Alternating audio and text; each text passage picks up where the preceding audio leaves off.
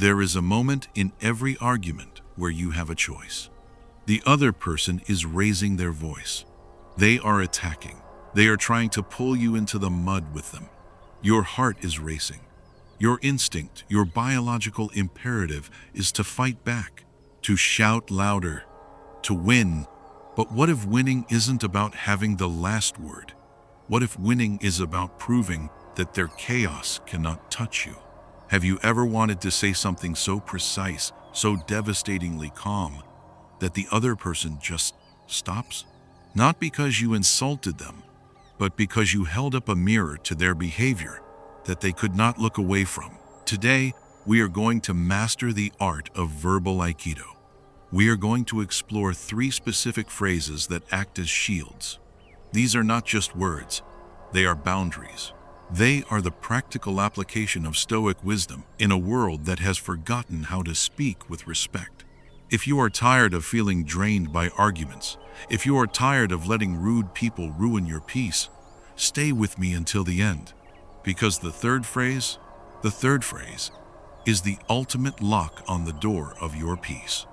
We live in a culture that mistakes volume for strength. We think that the person shouting the loudest is the one in control. We think that aggression is a sign of conviction. But the ancient Stoics knew the truth. They knew that anger is not strength, it is weakness. It is the sound of a mind that has lost its grip. Epictetus, a man who knew the brutality of slavery, taught that true power is self-command. He said, "He who cannot control his tongue will be a slave to his emotions." When you engage in a shouting match, you become a slave.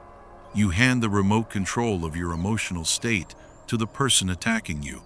You let them dictate the terms. Today, we take the remote back.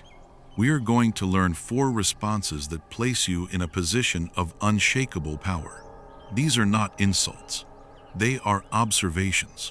They are the quiet authority of a person who knows who they are. The shield of calm phrase.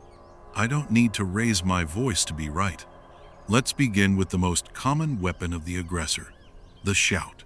When someone raises their voice, they are trying to dominate the atmosphere physically.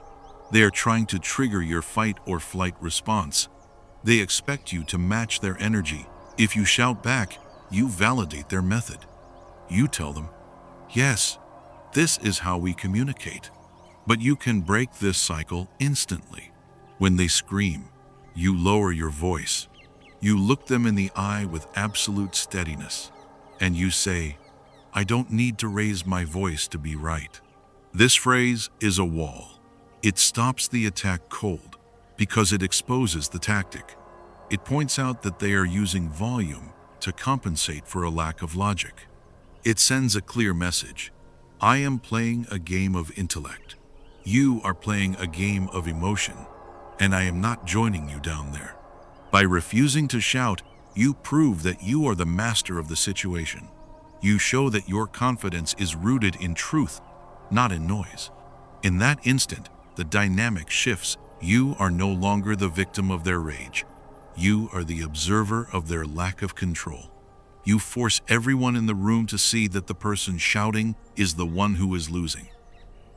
The mirror of truth phrase. The way you speak says more about you than it does about me. Now, let's deal with the personal attacks, the insults, the sarcasm, the mockery. When someone attacks your character, the temptation is to attack theirs, to find their insecurity and press on it. But Marcus Aurelius warned us, the best revenge is to be unlike him who performed the injury. If you insult them back, you become them. You lower your character to their level. Instead, use this phrase. It acts like a clean, polished mirror. When they throw an insult, simply say, "The way you speak says more about you than it does about me." This is devastatingly effective. Why? Because it deactivates the venom. You are not accepting the insult. You are not getting defensive. You are simply observing the data. You are telling them, your rudeness is a reflection of your internal state, not my value.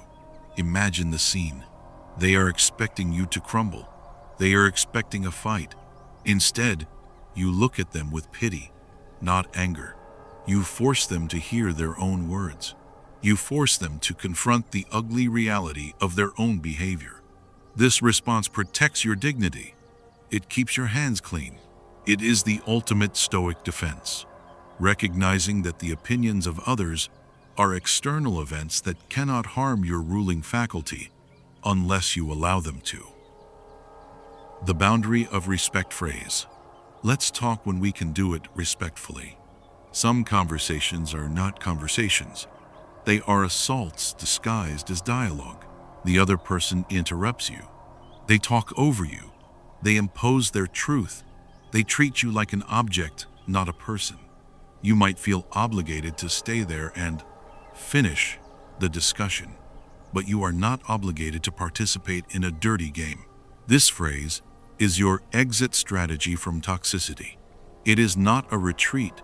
It is a declaration of standards. Say this: let's talk when we can do it respectfully. It is direct. It is mature. It is firm. By saying this, you shift the axis of the conversation. It is no longer about the topic being discussed, the budget, the chores, the mistake. It is about the conditions required for that conversation to exist. Epictetus taught, you cannot control what others do, but you can control what you accept. By using this phrase, you draw a line in the sand. You are saying, I am available for dialogue. I am not available for disrespect. This forces the other person to make a choice. They can either step up to your level of respect, or they lose the privilege of speaking with you. Either way, you win. You have preserved your self-respect. Do not underestimate the power of these phrases. When you practice them, when you integrate them into your daily life, you will notice a shift. People will start to listen to you more. They will tread more carefully around you, not because they fear you, but because they respect you. They will see that you are no longer someone easy to manipulate or provoke. You are someone with presence, someone with control, someone with a voice. Stoicism is not about suppressing your emotions. It is about channeling them. It is about ensuring that your reason is always stronger than your reaction.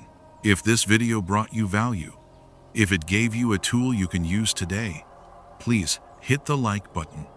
It helps us spread this message of strength to others who need it. And I want to know, which of these 4 phrases are you going to use first? Let me know in the comments below. I read them all. Subscribe to the channel and turn on notifications. We are building a community of people who refuse to be controlled by the chaos of the world. Thank you for watching. Stay strong. Stay grounded. See you next time.